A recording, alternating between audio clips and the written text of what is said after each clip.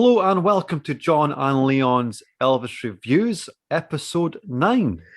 And this week's show is concentrating on Elvis's Nashville sessions from 1970. And it's going to be the first visit of many. And this week we're going to be discussing 5 particular songs from those sessions. And these consisted of, well, the albums consisted from these sessions were Elvis, That's the Way It Is. If you can see that, that's one of Leon's favorites. Probably is one of his favorites. Then you have Elvis Country, one as well. I think it was released in the January of 1971. And then you have the underdog of the whole 3, which is Love Letters from Elvis. Got a soft spot for this album.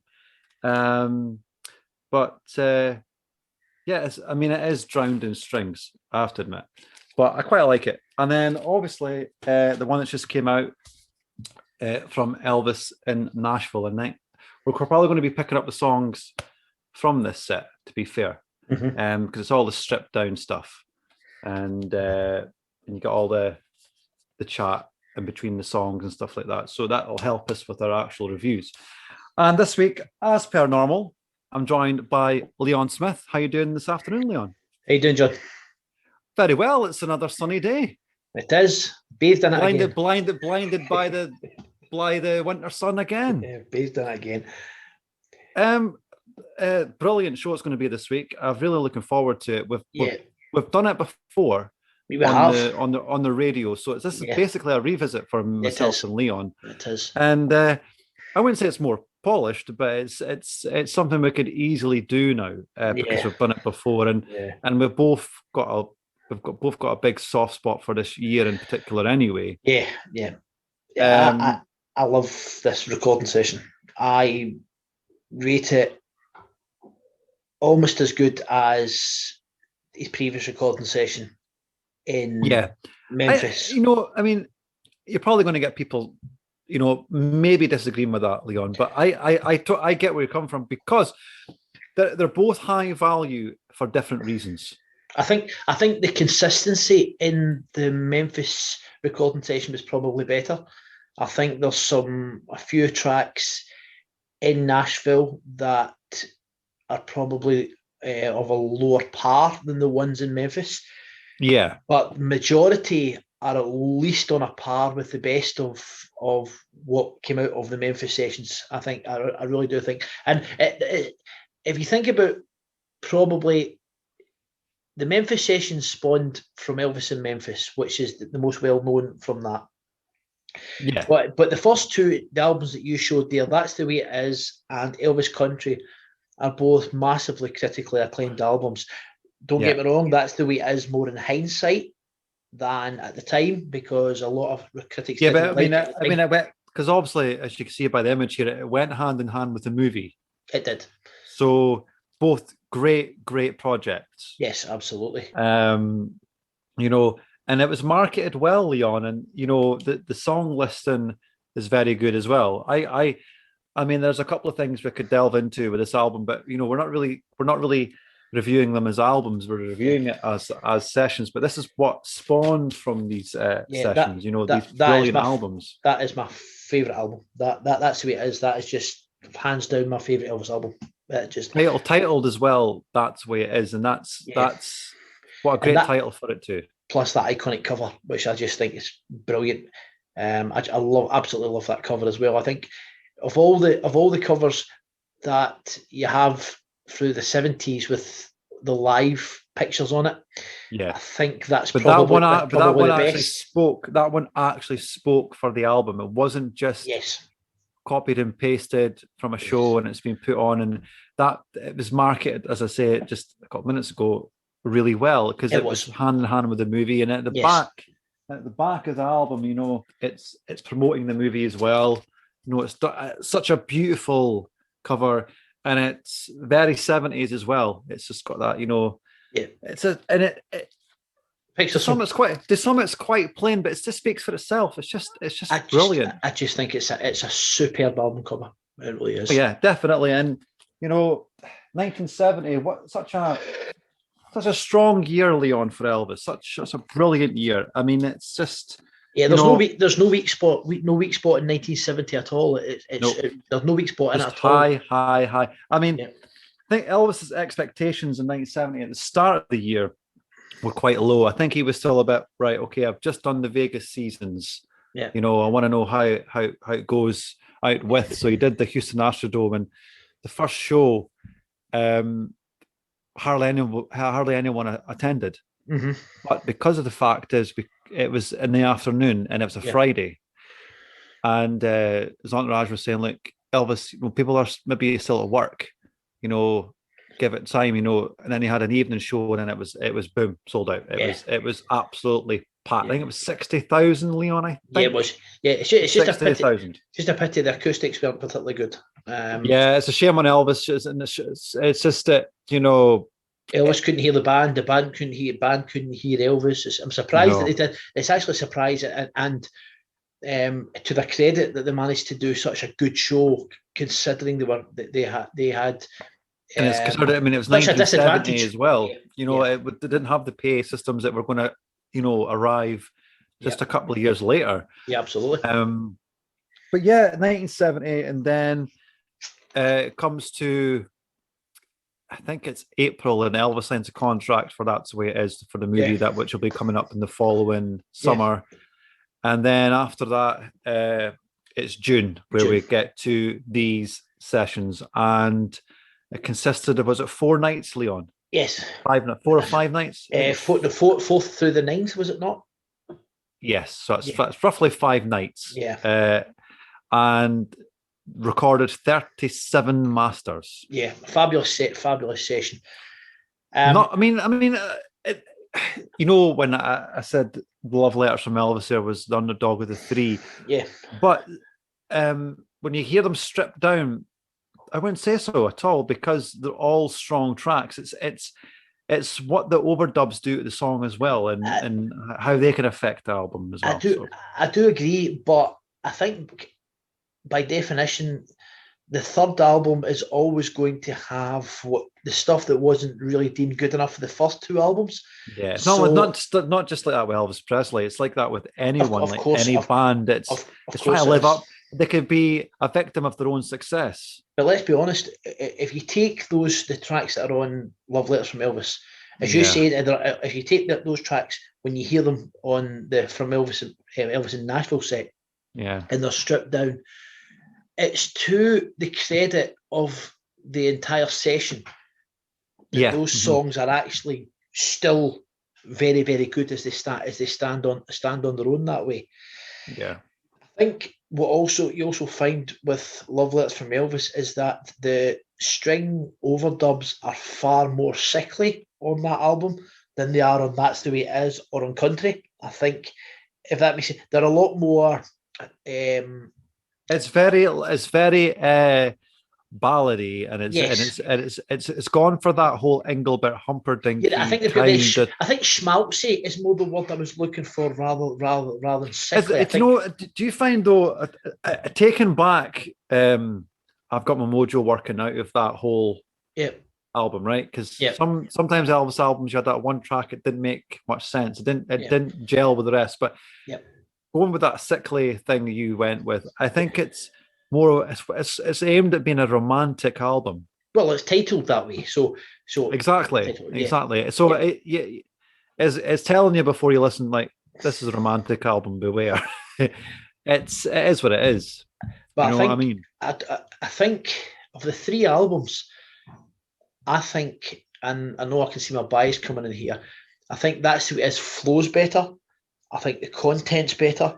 I think because it's going with the movie. You see, it has to. I think it has to flow no matter what. Because it has to sell the movie, and the movie has to sell the album. Yeah. So I think because even Elvis Country, there's a couple of tracks in that you think, wait a minute, that maybe should have been on one of the other albums. If that makes any sense. But do you remember back in the? Well, I know we're going off track, Helen, but do you remember back in the '60s, early '60s, where you had Something for Everyone, right? Mm-hmm, yeah. Something for Everyone. Yeah, Something for Everyone, yeah. Yeah. And you had an A side where it was a ballad track, and then the B side, it was a rhythm track. So knew what you were getting on each side, and it flowed better. Yeah, exactly. But I think the fact that Country was done as a concept album, I think that is. And it was an accidental album as well. So it's just the way that it was the way the session progressed, and I think that everybody realised that they could get a country album out of it. I don't think it was how when Elvis entered the studio on the 4th of June, I don't think there was the intention to record any particular album. There was just songs that they wanted to get cut, and it just developed. I think it developed that way because of the way that they were recording it and the material that they chose, and that's just the way it kind of landed. But if you take the first song from the session, which is the first song we're going to talk about, which is 20 Days and 20 Nights, there's no indication even there that that's the direction that the session is going to go on. Now, this is a song that I absolutely love. I love 20 Days and 20 Days and 20 Nights. I love 20 Days and 20 Nights. And you see, the thing about 20 Days, what 20 Days and 20 Nights does for me, right? It exemplifies Elvis of the 1970s. Now, I'm going to add a caveat to that, and I'm going to say that it's not the greatest song in the session, not by a million miles is it the greatest song in the session. It's never hit material. It's an album track purely. But it's a very mature song. It is. It's the mature narrative. I mean, he's citing in it leaving a wife. You're talking about unpaid bills. He's harboring feelings of loneliness and regret. Now, I was thinking about this the other day there because I knew we were going to be doing this. Yeah. And I was listening to some of Elvis in the 50s. I was listening to some of the stuff that he did in April and March 1960. Right, March and April 1960. The first recording session he did after in the same town in Nashville, where he was recording material. And I don't think that even 10 years, almost to the month before, I don't think that he could have pulled off a song like that with the same level of credibility. No, because he was only 25 at the time, and then 10 years could do a lot to a person. No, well, at that time he'd already been married. He'd already had Lisa Marie. He'd also had the, I don't use crisis, but he'd had the trials and tribulations of a career which had seemed to have withered away almost as he was lost in Hollywood, and then comes back again. So that's his job, where it seemed to have been going nowhere, and suddenly he brought it back again. And I think all that life experience makes you can hear that in 20 Days and 20 Nights. Plus, let's face it, Leon. Between 1960 and say up to, I don't know, 68, for instance. Yeah, he was in a comfort zone for a very long time, and I wouldn't say it was a rut for the very first few years, but I say between maybe 65. 68 that there was a massive rut there, and then it's all about fighting for the career there, and I think, as you say, all that has made him a much more mature person, and you can hear that sound in the recordings for sure. Well, take a song like, say, from March, April 1960. So take something like Soldier Boy, or something like Anything That's Part of You, right? Not Anything That's Part of Fame and Fortune, I beg your pardon. So Fame and Fortune or Soldier Boy, take something like that, which is almost had that sort of same, it's a ballad. And then listen to Elvis singing that, and then take that to somebody who's not an Elvis fan, and then play 20 Days and 20 Nights. They don't sound like the same singer. Do you find that happened quite a lot though? Well, Elvis's career, he would tend to change his style, not just in the slightest. I'm talking like massively. He managed to use his voice differently. I don't think different times. See, I don't know if it's. See, it's almost which I've always found weird about that progression with Elvis. It's almost like a teenager's voice breaking, right? Because you have that early 60s sound. You then have that raspy sort of sound that you have in Memphis, and maybe just before that with the Guitar Man sessions. And then you have this Now this powerful, completely smooth, almost the complete voice as you go into Nashville 1970. And I'm thinking, it's almost, that's what it's like. It's like a teenager's voice breaking as he goes through. And honestly, within 10 years, he just sounds like a completely different singer, far more accomplished. He could see. I know there's a lot of people that think vocally it was better maybe in the 60s, but I don't think that Elvis could pull off the sort of material that he was singing in the 70s. But of course, the problem with what tended to started in these Nashville sessions, that Elvis essentially had this new, really ultra powerful voice. Yeah. And didn't always seem to know what to do with it. And that's where the kind of a lot of the bombast came in, because Elvis felt he had this power and he had to use it. Now, usually, what you'll find in the Nashville sessions is 99% of the time he used it where it has to be. But then as the years went on, you'd find maybe it was in the wrong. He'd use it in the wrong place, and it sounded more. It sounded more like shouting rather than singing powerfully. If that makes sense. It's not to you. It's not. He's Elvis. He's and also very accomplished at what he did. I think a lesser singer wouldn't have got away with it, if that makes any sense. Yeah, I mean, 9 times out of 10, he knew where to put his voice in the song. Yeah. But there is sometimes where there's like, sometimes the song goes on too long, and maybe that's what it is. I think it could have maybe ended at like a minute prior. It could have finished nicely, but they keep going, and it makes Elvis sound he's struggling. Or it's not, I wouldn't say shstruggling. It's just, as you say, shouting. Yeah. And it's you don't have to do that because you're Elvis Presley. You don't need to do that. Well, you don't need to prove that. You don't need to prove the voice. We all know it's there. If we took 2 songs from this session with that as an example, not the master, but if you hear the undubbed, there's the Sound of Your Cry and Heart of Rome. Both of them, Elvis just doesn't seem to know where to finish, and it's if because they can't find a finish to the song that it just gets more and more bombastic as it goes on. But of course, the song, it was edited before release. You don't get all that in the master. No. I mean, 20 Days and 20 Nights. I mean, I quite really do like that song. I really, really do. And I know, like, I think Elvis's demeanor singing it live, it's like he didn't want to sing it, but I quite like the live one too, because he gave it quite a lot of dedication throughout the 70s, 1970 rehearsals too. That's the way it is. Absolutely. And that Vegas season in August. So it's like it's not like if he didn't want to do it, it wouldn't have been covered as much throughout that season. You see, a lot of people cite the reason they only did it once being the fact that he kind of ran it down as he was introducing it. But as you say, John, to have rehearsed it, it's on virtually every stage of the rehearsals.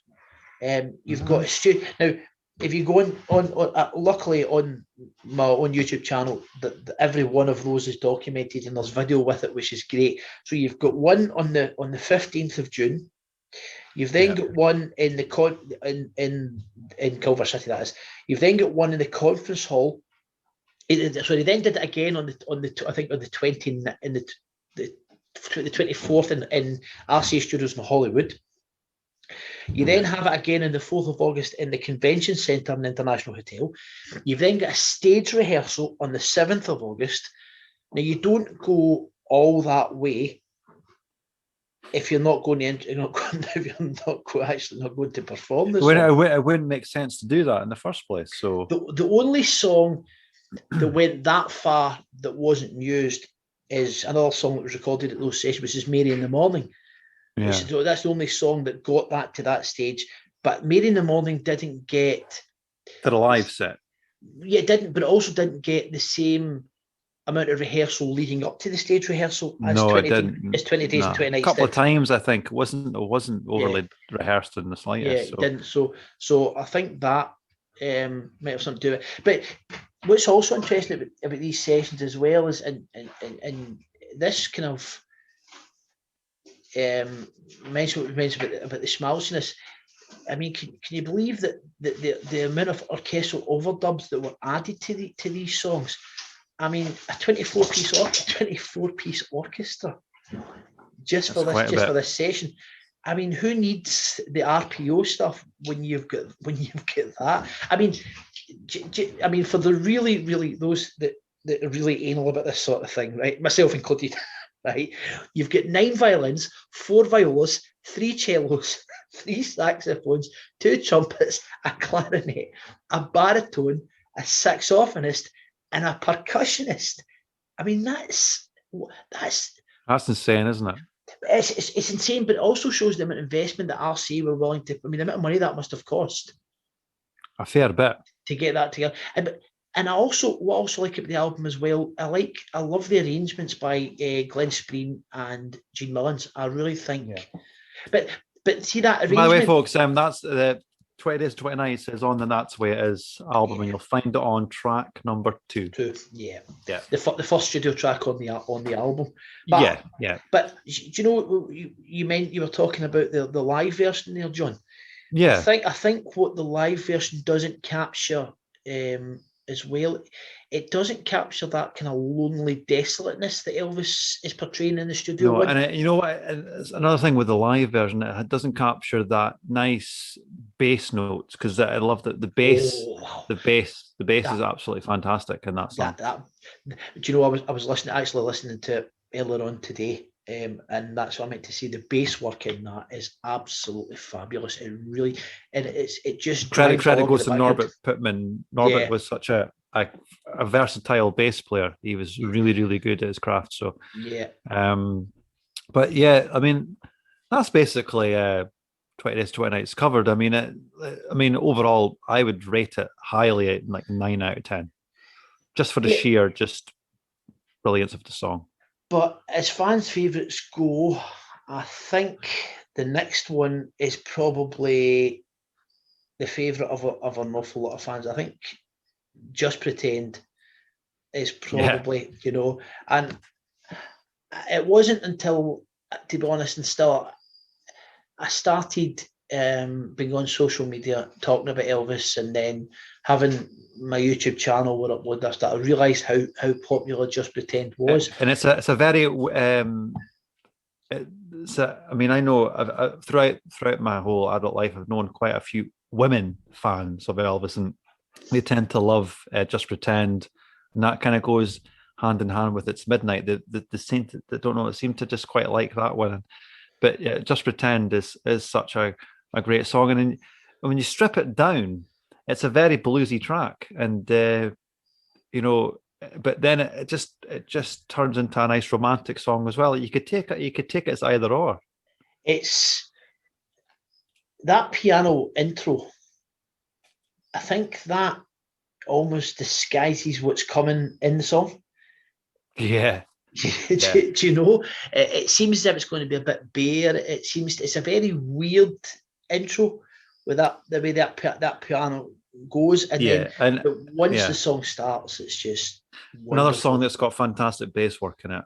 Yeah, it is. It really is a great song, and it's not bombastic. It's just close, but it's just enough. Do you know? But it was just 3 takes. And he's getting Jerry Carrigan and he's working him up, the drummer from those sessions, to say, like, give a bit more oomph into the song, and it helps me sing better. I mean, how? What a comment! Do you know what I mean to make? But see, when you think about what I said before about the amount of orchestral overdubs that were done to that, the RPO even chose that, or whoever was in charge of that project chose that as to be part of that project.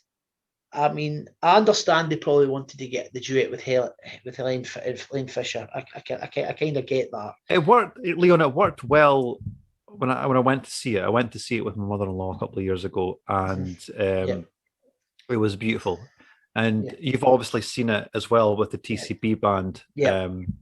I've seen that as well, and it such a great song live, to hear it live. And then again, I mean, I know we're focused on 1970 here, but then you've got live in 72 version. Then it goes up to 1975, and it's still a strong song. So the two 1970 versions, 24 hours apart. Yeah. Everybody knows, when I say everybody, I'm specifically talking about the Elvis community. The Elvis community, yeah. The 11th of August Midnight Show, the one that was in Lost Performances and then was in the re-edited edition of That's the Way It Is. That's the one that everybody knows. Yeah. But the one 24 hours later, which is in the 12th of August Midnight Show, one of the greatest shows Elvis ever did, that's the better of the two. So that, to me, that's the better of the two. It's not so bombastic, and it's not. It's just it's more like the studio version. It's almost part of that one. Well, if the 11th of August one is a slightly is a different tempo, and as you say, there's a bit of bombast there. I think probably what it said, Elvis has reflected on that. Realised that maybe this, of course, the first time he did it live, so it is what it is. So it's always going to be what it was going to be. Yeah. And then 24 hours later, he does it again, and then you find that he drops the tempo a wee bit. Yeah. Then you get that fabulous Millie Kirkham soprano in the background as well, which you don't get on the 11th of August one. No. But that soprano you also get in the later versions, which is provided by Cathy Westmoreland, which I think is brilliant. So that 12th of August Midnight Show one is probably my favourite version. But I love the 12th. There's the 12th. I love the one in the 18th of November 1972 in Hawaii. That is a nice one, isn't it? It's fantastic. That HIC Arena, Cathy Westmoreland soprano really echoes an awful lot in that. It's not quite. It's almost 1970-ish. It's not quite got to the arrangement that Elvis did in 1975 with it. Which again is brilliant. Between the both versions, really. It is. But the 75 versions are really, really good. But would they have been as good if he'd done them on the road? Because he only did them in Vegas during that December 1975 run. Well, it's all about the acoustics, and as you say, the acoustics are different in Hawaii. So yeah, see that one's the only non-Vegas version, that 1972 one, and I'm just wondering if that arrangement would have the 1975 vocal would have worked that way. I don't know. It's one of those, isn't it? Yeah. You really would have to hear it. Full on sound. Yeah. So it is what it is. I mean, but Just Pretend, I mean, a great song. And as you say, Just Pretend is just a fabulous song. It's when the album tracks were strong. It is. Basically, it is. You know what I mean? Yeah. But again, at the time, I don't think it would ever been. I think it would ever have been a hit at the time. No, I don't think so either. It's fun. It's a fan favorite, and that's what it. And when it boils down to it, that's what it is. Yeah. I don't think I'll be any more than that. Yeah. Unfortunately, because it's not got a commercial sound. Yeah. But that goes on to. But then again, we're going on to the other track here, which is The Sound of Your Cry, which was released as a single. It was, but also has the distinction of being one of a handful of tracks recorded by Elvis in the 70s that never appeared on a regular studio album in his lifetime. No. But as you say, John, August 1971. I mean, if you want to find that track on a CD, it is.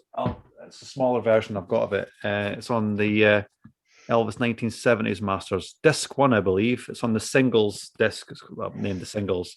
But yeah, if you want to find it, it's on there. But yeah, it's a great song. But as we analyse it more and more, it is a rather bombastic tune. It is, especially towards the end of the final chorus. Yeah. Mm-hmm. Yeah. I think when I hear that song, I think of the extended version, John. That's what I think of. What's that on again? That's on the Well, it was, the Sound of Your Cry. Sign of Your Cry, yeah. 1980 and 1981. In the Yeah. UK, it was anyway. The rest of the world, it was released on the Greatest Hits Volume 1. That's right. Both had the same album. Both had the same album cover. Both had the same album. You'll also find it the undubbed versions and stuff on this one. It was released last year from Elvis in Nashville, and you'll get to hear the song in a better light. Don't you think, Leon?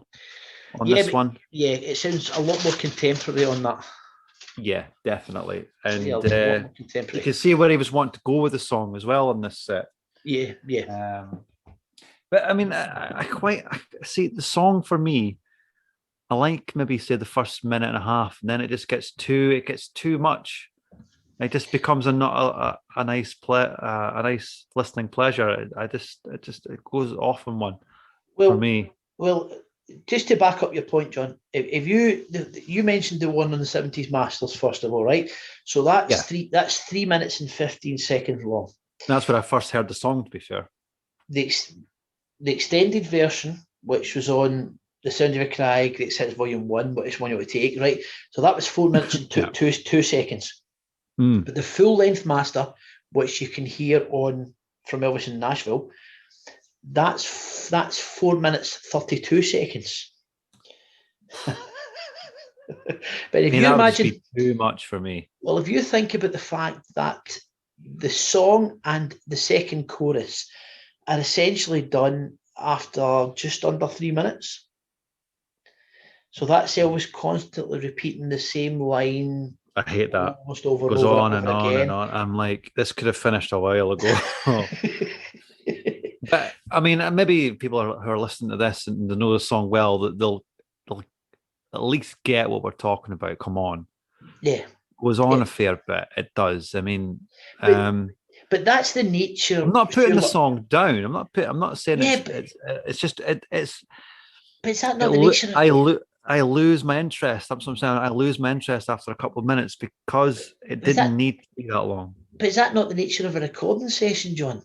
That when you're in the studio, you sing and you sing and you sing, and then it's up to the producer then to edit that song to fade it wherever they think it should be faded. So it's not really. It's not. I wouldn't say it's Elvis's fault. I think absolutely not. It's more of, as you say, it's a production thing, and it's more about Elvis being enjoying what he's doing and just continue, because if Elvis really was, if he'd been bored or he wasn't interested, then he would have stopped that song as soon as possible. He wouldn't have kept going and going and going and going and going with it.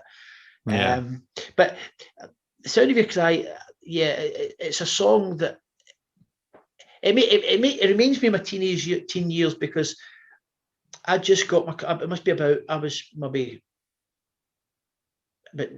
15, 16 years old. I had my Sony Walkman. I just got my copy of that. I'd recorded it onto a tape, and I can remember walking down to my friends' houses in a kind of summer's evening, and when I close my eyes and I hear The Sound of Your Cry, that's what I can see myself walking down that road with that song playing in my earphones. So it has a wee bit of nostalgia attached to it because of that. Because certain songs do come back to you. You hear them in a specific place, and of course, you hear that song, it reminds you about that. You know? And that's what The Sound of Your Cry does to me. So what I also like about The Sound of Your Cry as well, I think it also has that mature narrative that we talked about in 20 Days and 20 Nights.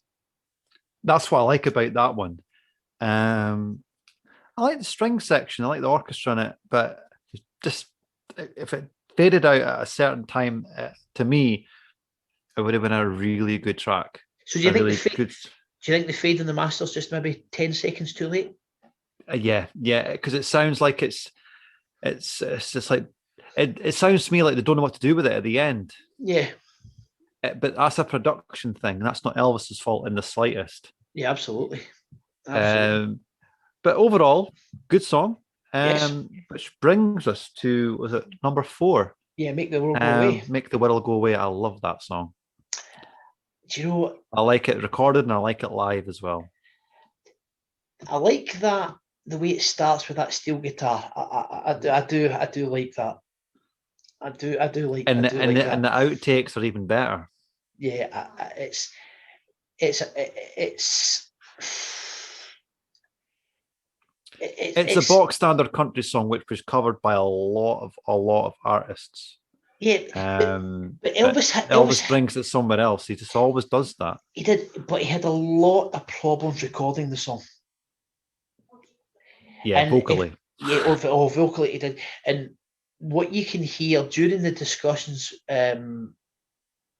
of in the 24th of July 1970 He rehearsals. mentions that he had problems, didn't he? Yeah, he does. Yeah, and it actually it's surprising just how candid he is about it. Was about it because he never Yeah. used to. Yeah. Was never usually say, "Oh, I was crap at that." Yeah, and it was having so much problems actually recording it that they had to resort to a splice in order to get a master from it, which is surprising that he actually included it in his live show, John. Yeah, but he nails it. But he nails it, but he also does it differently from the studio master. Clever. Yeah. If you notice, the way he goes into every chorus in the studio one is with that power. But and if you notice as well, Leon, and on the Lost, you'll find it, folks, live version on the Lost Performances, or you could find it on Leon's channel. Link at the bottom. Link at the bottom there, as always. He signals Ronnie to change the tempo. Mm-hmm. Yeah, and he does that whole, change the beat, and it gets him more into it. Yeah, because at the start it's very studio like. It is. And maybe a few seconds in, he's like, "This isn't working. Change the tempo." Brilliant to me, and you'll find that on the studio master on Elvis Country. I think it's the actual last song on the album. I think it is. It closes it. No, it does. Closes it. Yeah. I've never liked the mix on Elvis Country. I prefer the 70s masters version. I don't know, something about, or I quite like the version that's on Welcome to My World, which was released in 77. It was like a compilation album. That's a strange mix. The drums are different, but I don't know, I quite like it. I think it's such a great version. I think the best one is the one that you'll hear on the Complete Masters one now, when all the tracks were redone. I think that's probably the best one. Yeah. It is a nice. I always forget about that set. It's quite good on there too. But when I say redone, I don't want people to think that it's been remixed in any way. It's not. No. It's just been remastered. Yeah, been remastered and to make it sound as if you were standing in the recording studio when Elvis was recording it. Yeah. But which is of course an anomaly itself, because the track is overdubbed and spliced. You have to listen to the From Elvis in Nashville session, which itself has been remastered, painstakingly remastered, and that's where you can hear as if you're standing in the studio, how it would sound if you stood in the studio. Yeah, but a great song. To me. If you've not heard it, if you're new to Elvis, go and listen to Make the World Go Away, and it's such a great song. Hence why we've picked that song for this first episode of the Nashville Sessions. And we close on today with You Don't Have to Say You Love Me, which was a hit for Dusty Springfield. But again, Elvis brings it somewhere else. He makes it a totally different song. One of my favorites it's been and the first time I heard that song was on the compilation Elvis Love Songs, on the K-Tel label. As Leon just laughs his head off there. Yeah, but that's the first time I heard it. Not the best album in the world to hear anything of Elvis for the first time, is it? No, unfortunately. But most of those songs we spoke about today are on there. Yeah. So let me put how I look at that song. If you're looking for a record by Elvis where he's taken a song which is quite recently been recorded by another artist, right?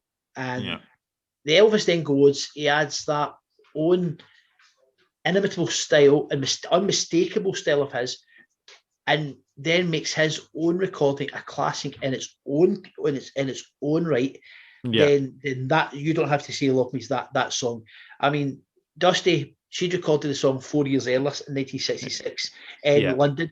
It became her biggest hit, but the difference between Elvis's, but she had that wall of sound thing going on with it, and Elvis brings it more to more of a Nashville sound, which is basically because it is in Nashville. But I wouldn't say it's country. It's more it is a pop song. Oh, no doubt. But Elvis gives it a lot of drama, which is good to me. Which he did, because the biggest contrast between the two is, as you say, that he adds more power, to considerably more emotion into it, whereas Dusty's it's talk about the species here, because there's a girl and a guy singing it, and it's coming from both different points of view, from the woman and the man. So that's why it's different, of course. And they're both great songs in their own right. Dusty Springfield's You Don't Have to Say You Love Me is a totally different song to what Elvis's was, but they're both great songs, as I say, in their own right. I mean, Elvis's recording itself became a massive worldwide hit in its own right. And even today, some of the biggest mainstream radio stations here in the UK, like BBC Radio 2, they play that song. They seem to like that one, yeah. They do. They play that a real fair bit. It's quite short. But it doesn't need to be any longer. It's perfect. But do you know what I find weird? So Elvis included it in his set list for August 1970. Yep. So MGM filmed 2 versions of it.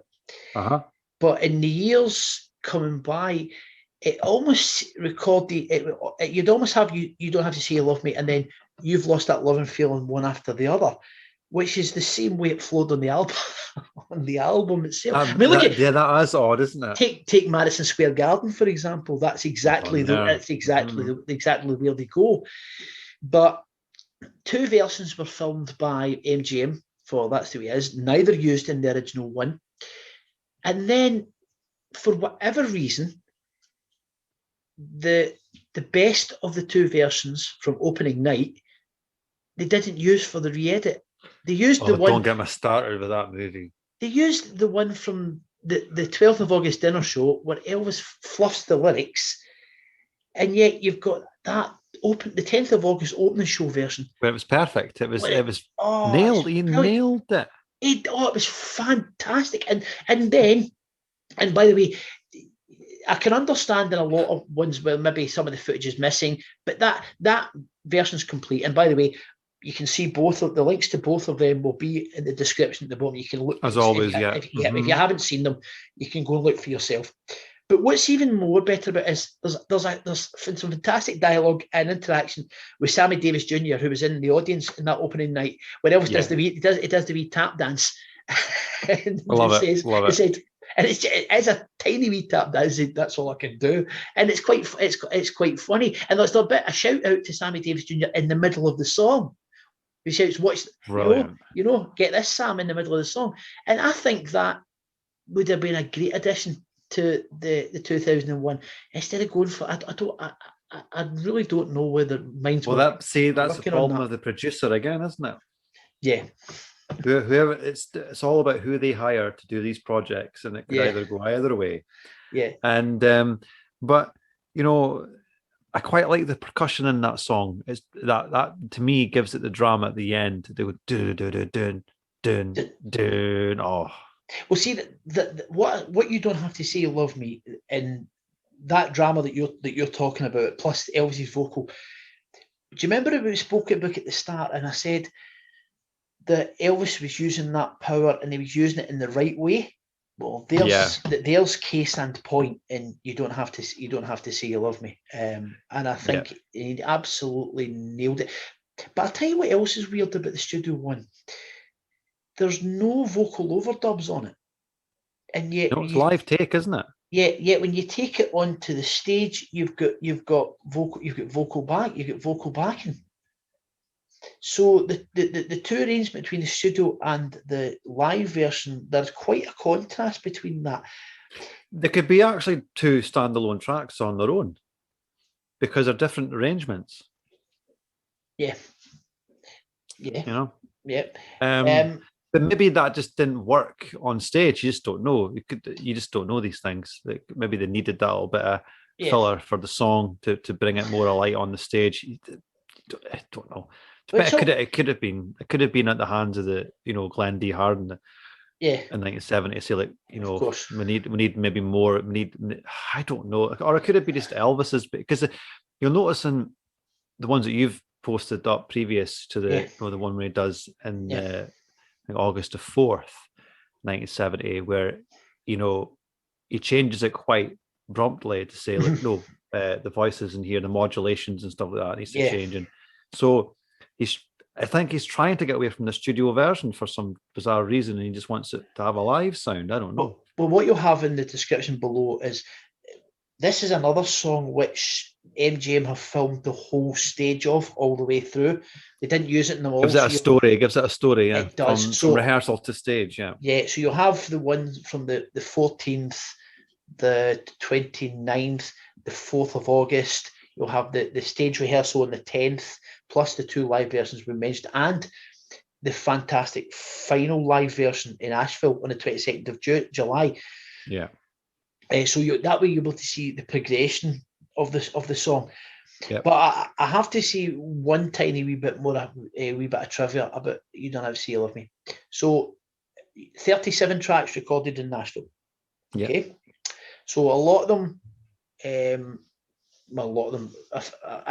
fair proportion were sung live, mostly because they were filming That's the Way It Is, and a lot of it were included. Like 20 Days and 20 Weeks only had the one. Stranger in the Crowd only had the one. The Next Step Is Love. These were all one off for That's the Way It Is. Yeah. So if you take that, no song apart from those sessions, other than Bridge of Troubled Water, was sung more times on stage by Elvis. More than 160 times it was sung on stage. So that being the case, you can see how Elvis must have liked the song. Yeah. But the good thing is that we've spoke about 5 songs, John, and there's still a plethora of stuff that we can talk about that's hence why we need to break this down, because when we come back. Yeah, absolutely.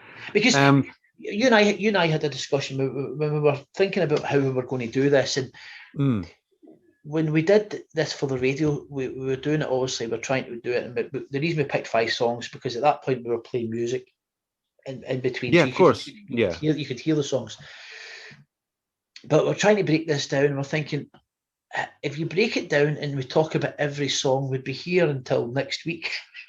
That's why we need to make it, 5 songs only. And we don't want to bore. I know there's a lot of Elvis enthusiasts that listen to us, and they're happy to listen to us. But then again, there's only so much you can talk about, for an hour. And we want to strip them down to just 5 songs for these sessions, because as Leon says, there's so many of them. There's 37 to cover. But yeah, that brings it to a close for this week. Really enjoyed it.